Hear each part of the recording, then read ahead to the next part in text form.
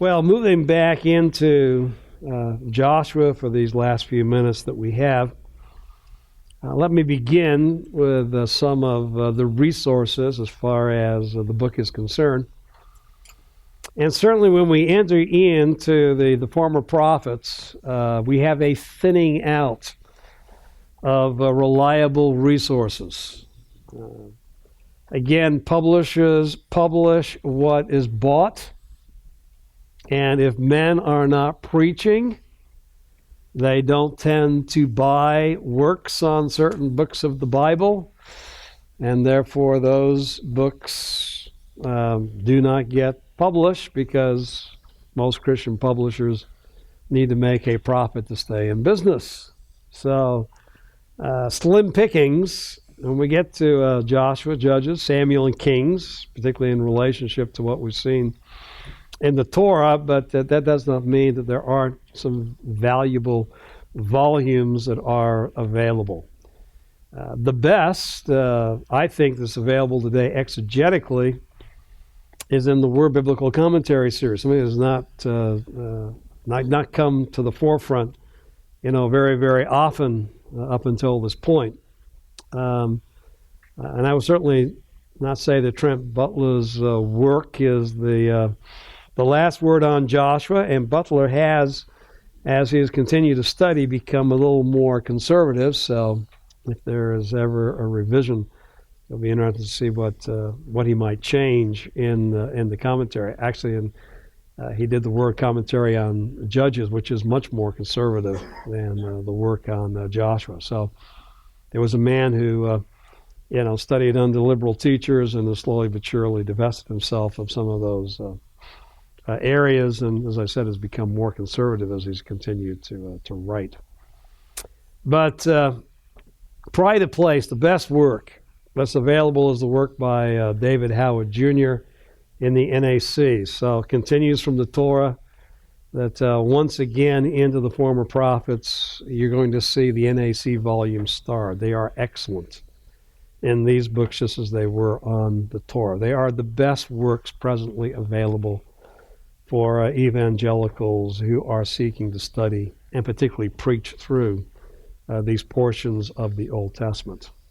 And then added to that, when we get to exposition, you should become aware of the works of Dale Ralph Davis, who is now a retired Presbyterian pastor, a graduate of Southern Seminary.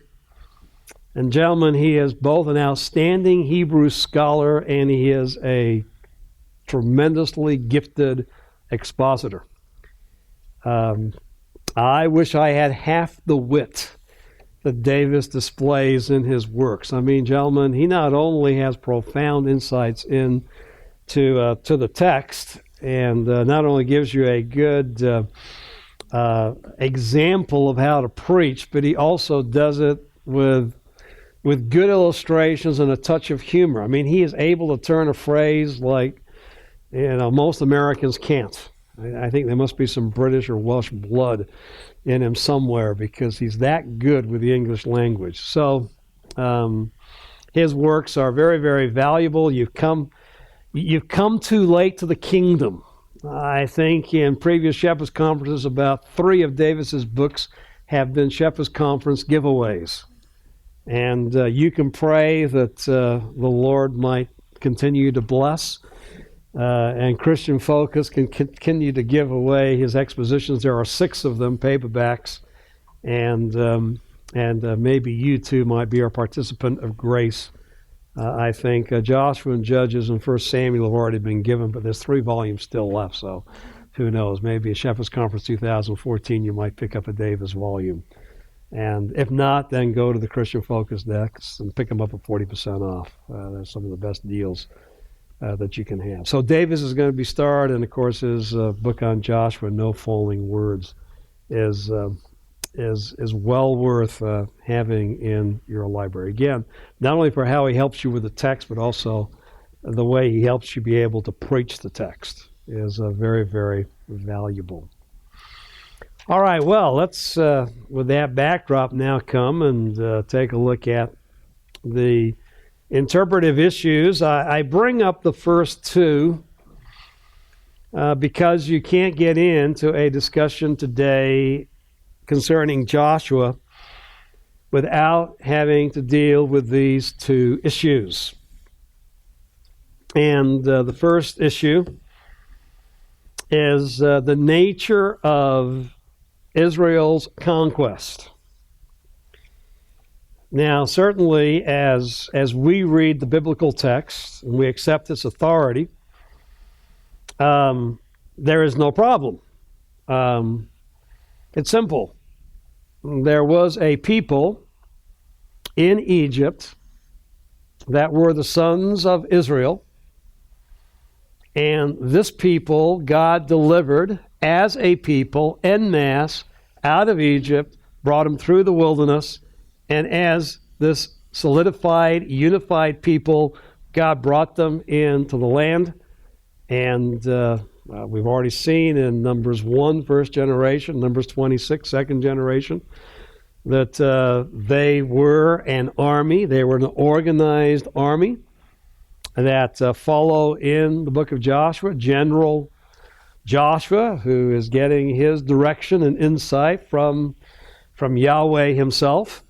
And so this was a military conquest. It was a unified military conquest. It was a conquest of a people from outside the land who came into the land, and military conquered those in the land and took possession of a lot of the land. It's very, very clear. But beginning on page 138, and I'm just going to have you, if you want to delve into this any further, is to take a look at Merrill's Kingdom of Priests, and particularly in the latter part after he describes the text, pages 110 to 138, but beginning in 138, he speaks about alternative models of the conquest and occupation. There's almost a sense you better put conquest into quotation marks at that point, because this isn't biblical conquest they're talking about. This is how did Israel get to take over the land. And he gives you three different models. Peasants' infiltration. Now, at least this has the advantage of possibly being peoples from outside the land who infiltrate into the land, different peoples, different times, that then join together in the land and finally realize we're bigger and stronger than they are, and so they just take over. So there's what is known, what Merrill calls the traditional historical model. And traditional historical, in other words, it has closer antecedents to the biblical text. But as I just described, it is still far away. And he gets into the fact that the reason why these models, these alternate models have been proposed is because there doesn't seem to be enough archaeological extra-biblical evidence to support what is in the Bible as far as the conquest is concerned. And so obviously if archaeology is your authority and not the biblical text, archaeology in their minds doesn't support what's in the biblical text, therefore the biblical text has to be wrong. But at least position B is close to the biblical text, and now they get more way out. With the peasants' revolt, the sociological model. And now just basically we've got the fact that we have peoples in the land that chafe under the authority of these Canaanite kings, and there's no organized uprising. It's just at different times, different places, these peasants revolt. And lo and behold, as they start to unite, they realize they need to have some common religious basis. And so it's interesting, basically the religion follows the revolt. And then the emergence of Israel model, which sometimes is called the agricultural resettlement, where basically you have the battle that takes place between the hunters and the farmers, and ultimately the farmers are victorious, and lo and behold, in some way they are ultimately identified with Israel. So a long transition that ultimately Israel emerges toward the end of the pre-exilic period. Possibly doesn't even emerge until the post-exilic period, but they've got to have some story on how the farmers became the most predominant, and so they devise all these stories that we have in the Old Testament. And gentlemen, I mean, once you overthrow the historical facts in the Scripture, you can conjure up as many different models as you want, and that's what we have today. So you can go ahead and read pages 138 to 147 of Merrill as he deals with these alternate proposals, and you just need to be aware of them as you get into different commentaries, because they'll make references to these alternate approaches. And since it's not biblical, that's as much as I want to say about them. All right, you can deal with the rest of it on your clock if you want to read a little bit more from Merrill. I don't care if you don't even read those pages in Merrill. I don't care. You can choose your hour to read what he says about enhancing what is in the Bible, and that's fine with me. You don't have to read those pages, but at least you know now where they are if you want to follow up a little further when you do encounter these different theories. The same thing about the Canaanite genocide. Particularly in the last two generations.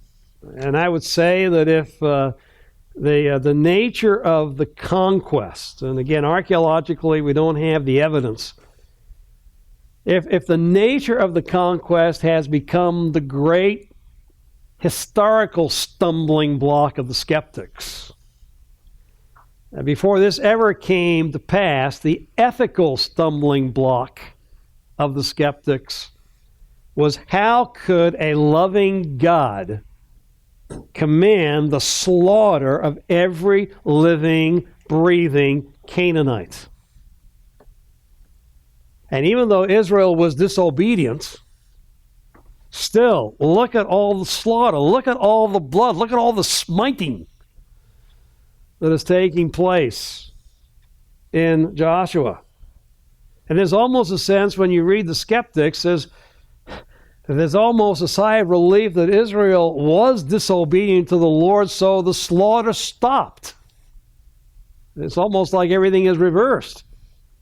That Israel's disobedience in the end was ethically valuable. If they would have continued to have been obedient to Yahweh, it would have been ethically disastrous. Well, evangelicals can't just say the smiting of the Canaanites was wrong. That what the Bible is doing is attributing to Yahweh what was really the sin of Israel. They wanted to get rid of the Canaanites, and so they invoke Yahweh and Yahweh's approval. In fact, not only approval, but the fact that Yahweh gave a command. So this is exactly what they're to do. Now, you read the Bible. The Bible is God's inerrant word. We have read Deuteronomy chapter 7. We have seen the outworking of that. In fact, even Achan, because with Jericho, everything was put under the ban. That was part and parcel of Yahweh's strategy given to Joshua, that this was the one city that they could not take anything associated with the Canaanites, and Jericho had to be destroyed. And Achan does not obey the Lord, and so Achan suffers the consequences. Now, I don't have to tell you that for most of the confessing Christian community, Christendom, broad Christendom, that there is this understanding that there is a different God revealed in the Old Testament than the New Testament. The God of the Old Testament was a God of wrath, a God of anger, a God of punishment, a righteous, holy, belligerent God against sin and sinners. And of course, that includes all humanity, including his own people. And so we see this vengeful, wrathful, brutal God revealed in the Old Testament. And then, of course, this was Jesus coming into the world to begin with Israel. No, your God is not a God of wrath. Your God is a God of love. He is merciful. He is compassionate. He is gracious. And so most professing Christians, I'm talking about evangelicals, but just broadly Christians, would just say the answer is there's two gods. And the true God is the God revealed in the New Testament. And Israel was only just slowly, feeling their way toward the truth, because obviously there are places that Yahweh is referred to as compassionate and forgiving and gracious and kind and merciful in the Old Testament. But Israel could never come to fully embrace that, because they were still like the people of their own day, seeing the gods as being these vengeful, wrathful individuals. Well, because of this, and obviously because in the 90s, the whole emphasis again on ethnic cleansing that was taking place still is continuing on, obviously, in the Middle East. Zondervan brought together 4 men, and I, in the end, failed to bring, the book is on my desk, on Show Them No Mercy. 4 views on God and Canaanite genocide. And I've always interested in the word that Canaanite genocide. I mean, it was a whole ethnic class, a whole nation that God said were to be put to death. And so this becomes a great ethical dilemma as far as the book is concerned. And it's a very, very interesting book. As you can see, there are 2 approaches. The approach of discontinuity. This was a commandment given to Israel and not to Christians. Though the difference between radical discontinuity and moderate discontinuity is the fact that Israel misunderstood that God didn't want the wholesale slaughter, that he was really a loving and a kind God, but of course a loving and kind God for the benefit of Israel meant the cancer had to be taken away. Moderate discontinuity would say God has a right, more than just a surgical removal for the benefit of his people, that he is a God who can bring his wrath upon those who are disobedient, those who are rebellious. Because if you don't allow that in the Old Testament, what do you do with what God is going to do with rebels in the future when he casts them into hell? So, and it was our Dr. Merrill who did the moderate discontinuity, and of course I would basically hold to his position. Eschatological continuity is, all right, there are different periods, different times when God shows the righteous nature of his character as he punishes sin. One of those occasions in the Old Testament was with the Canaanites, and that is a prototype of what God is going to do in the future with the judgment of unbelievers, casting them into hell, which is true. I mean, if God did not have the right and righteous judgment to bring his judgments by death upon the Canaanites, then why can he bring spiritual death upon all reprobates in eternal hell? So this is eschatological continuity. In between, obviously, God is not necessarily revealing the same righteous side of his character. Yet spiritual continuity would say, well, in some way, and we might never be clear, but what God did with the Canaanites is what God is doing directly or indirectly with other peoples throughout history, which will culminate in his judgment of the reprobate into hell. And there is a level of truth in this, because it's interesting that the God who calls Israel to smite their enemies, when we get to the latter prophets, is going to be the same God, the latter prophets will say, who raises up first the Assyrians and then the Babylonians to smite, to put to death the rebels in Israel and Judah because of their rebellion against Yahweh. And so there is a sense in which, God as the righteous judge can bring his judgments upon any of those who rebel against him, both in history and obviously the end of history as we enter into the eternal state with the eschatological judgment in the lake of fire. So you can read these articles all by professing evangelicals. You might read the one on radical discontinuity and wonder how evangelical the man is, but read it anyway. He claims to be an evangelical. At times he sounds like an out-and-out liberal, a God of wrath in the Old Testament, a God of love in the New Testament, but he tries to say, but it's on a continuum. I'm not a liberal. I'm not saying that God does not have any wrath. It's just it's a strange attribute. In other words, it's not revealed that often, and we should concentrate upon declaring God's love and not God's wrath. Of course, and some of the other individuals want to speak about, well, why does God speak about? Why does Jesus, when he comes, speak about God's wrath, abiding under God's wrath, being under God's wrath, unless they believe? So, but you can read the pros and the cons. You can read the back and the forth that is in the text. Now, the wonderful thing is you don't have to deal with either one of these issues in your synopsis answer.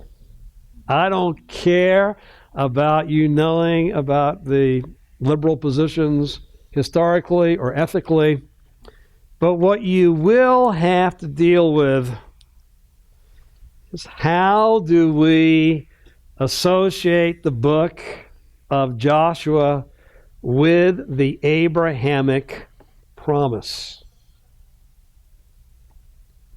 How do we associate the book with the Abrahamic promise? All right, well, let me just share with you. It's tough because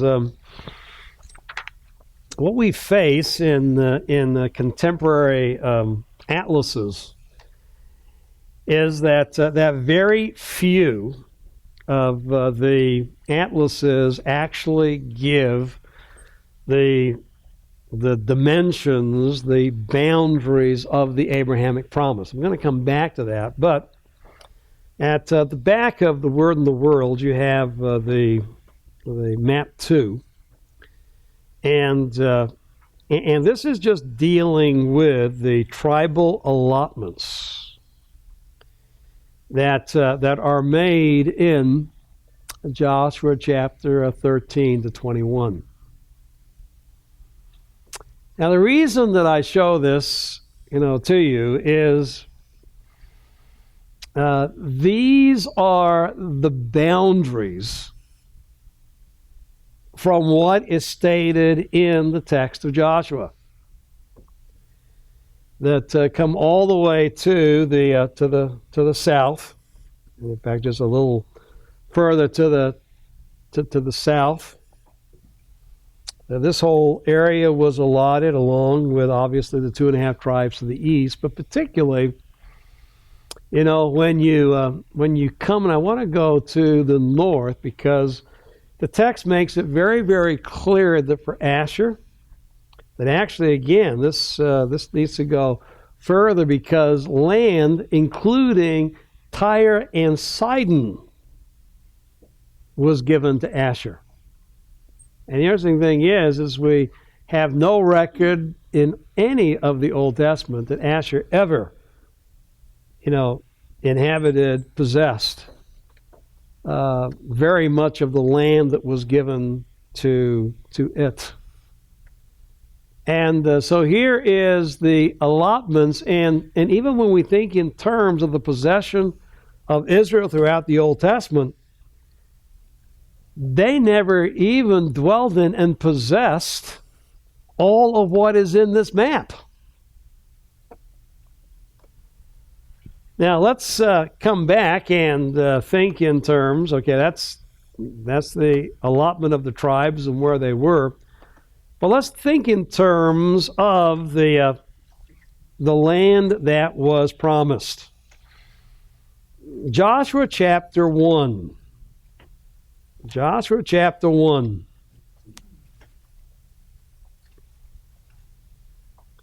Verse 4.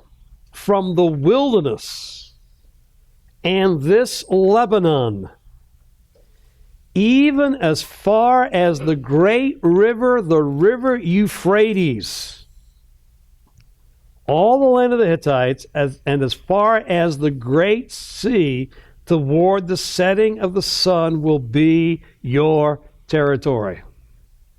And then, of course, chapter 13, talking about the land that remain.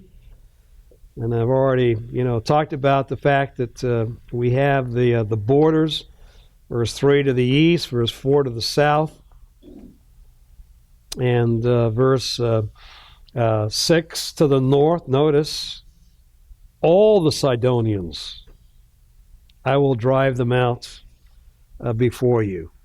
And of course, tying that in to Joshua chapter 1, and we can see what's in Joshua is relative to what is in particularly Genesis chapter 15, Numbers chapter 34, Deuteronomy chapter 1, Deuteronomy chapter 19.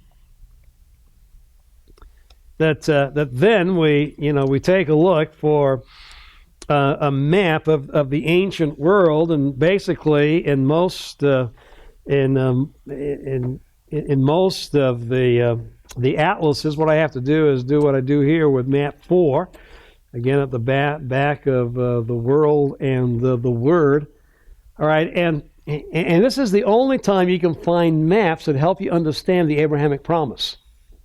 And this is the Davidic and Solomonic kingdoms.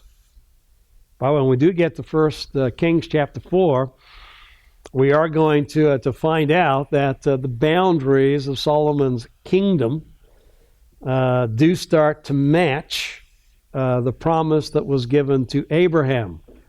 The only problem is, under David and Solomon, Israel never dwelt in all that land. Most of it was under their vassalship. In other words, other people lived in it, and either by conquest or by treaty came into association with the David Solomonic kingdom. But this is, you really have to, jump ahead 400 years from the conquest to the Davidic Solomonic Empire, and now you can get some idea.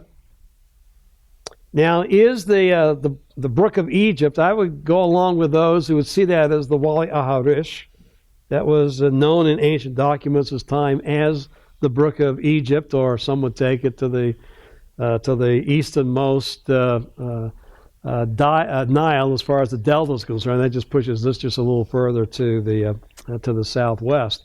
Well, let's be conservative at this point.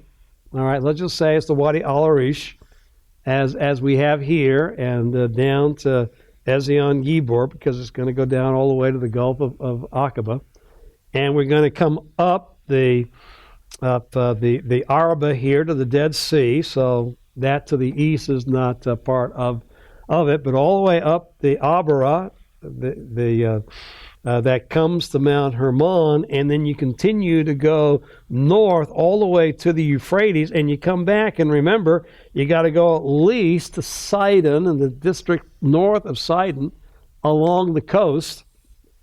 So even this is not a boundary of the promise that was given to Abraham, but it seems to start this far to the south and go all the way as I said, to the north all the way to the Euphrates, and certainly comes along the coast of Phoenicia to the northern area of Sidon before it juts on into the inland. Now there's map 4.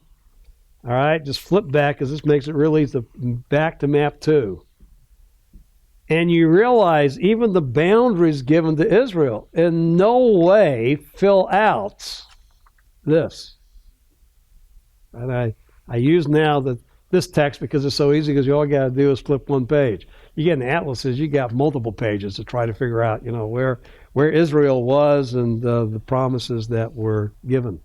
So here's somewhat the boundaries. All right, just kind of with Phoenicia, kind of draw it over, and then continue on with the kingdom of David and Solomon, map 4, and then go back here, and you start to realize, okay, just fitting in, and they didn't even dwell in all of this. So here's the issue. Does Joshua show the fulfillment of the Abrahamic promise when it comes to the land?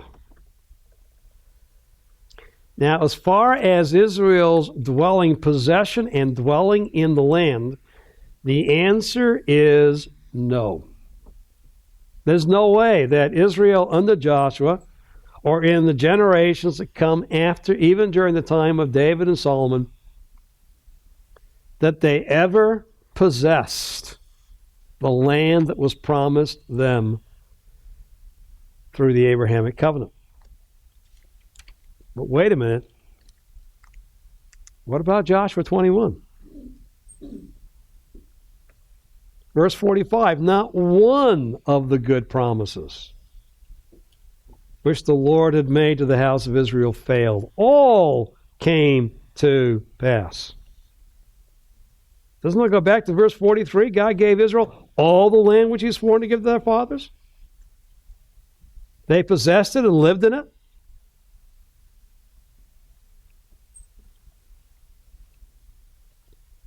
Well, they possessed and lived in only a small part of it. But did God give the land? Is there a fulfillment? And the answer is yes. There's a fulfillment, but it's not a completely fulfilled promise.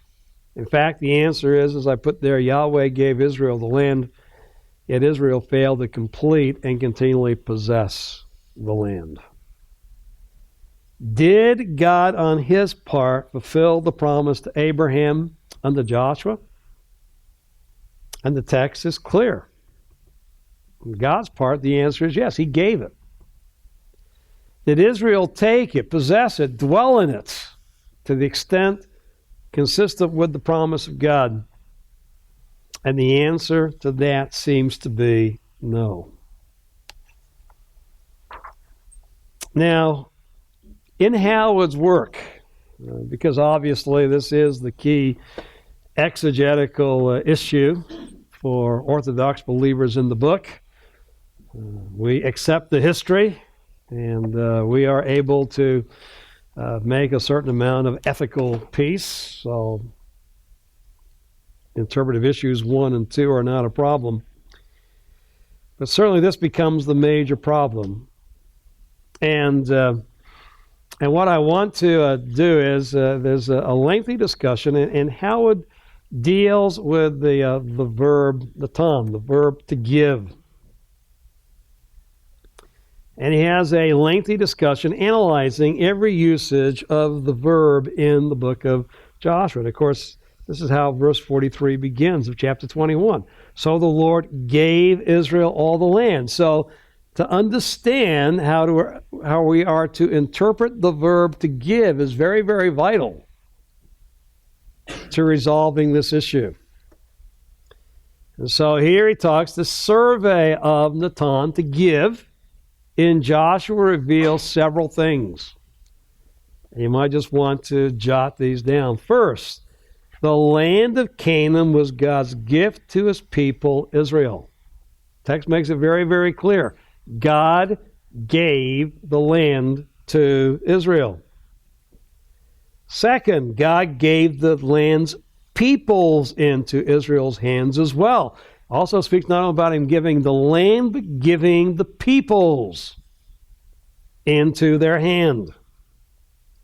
Third, God was doing this in Joshua's day in fulfillment of many promises he had made to do so. Chapter 21, verses 43 to 45 is a good indication of that. But then notice fourth, the giving of the land is viewed from two distinctive perspectives. Here's the key. In one, when the ton is used in the perfect, the land already belongs to Israel. God has already given it to them. That is, given them the rights or title to it. In the other, when the ton is used in the imperfect and participle, the giving was viewed as still being accomplished, yet to be accomplished. It was either imminent or in process. Now, in both cases, God was the giver and the guarantor of the process. But one looks back and basically sees it as God gave, and he did. But then Israel is in the process of possessing, and as they possess and dwell, then is when it can truly be said God has given them the land in completeness. Now it's interesting when you get to 21:43. So the Lord gave, and there is the cow acting as a perfect. God gave them the land. It's looked at, as we say, in this way. The land belonged to Israel because God gave it to them. The land sworn to the fathers. They had title. They had conquered the basic resistance. It was all open to them. The land he had sworn to give to their fathers. So that process of that giving as far as the title is completed. But then in verse 44, the Lord gave all their enemies into their hands. Again, we're dealing with a perfect, a completed action. In that sense, using the perfect idea in these verses, it is looked at as from God's perspective as being a land and a people given to Israel. But as he says, you take a look at other passages, and we've already taken a look at some of those other passages, that this is where God was giving the people the land, but that gift is not complete until they totally dwell and possess in it. So that's what I meant about, well, is the Abrahamic land promise therefore, is it fulfilled in Joshua? And the answer is yes, and the answer is no. From God's perspective, yes, he gave them the title of the whole land. It was open and available for them to possess and dwell in it and enjoy God's blessing. Did they fully obey and possess and dwell in it? The answer is no, and to that extent, the Abrahamic promise still awaits fulfillment in the future. Now, that's in Joshua itself. When we get to dealing with the land promise, we still have to say, all right, after Joshua came the latter prophets. So in 502, are the latter prophets viewing the land as something that is a promise of God already fulfilled, or do they anticipate a fulfillment in the future? Now, you probably know what I'm going to argue when we get there. I think it's going to be pretty clear. They're going to talk about Israel's restoration to the land and how the fact they're going to not only have God give, but possess and dwell in all the land. So the latter prophets did not look back to Joshua and see this as the complete and final fulfillment of the Abrahamic promise.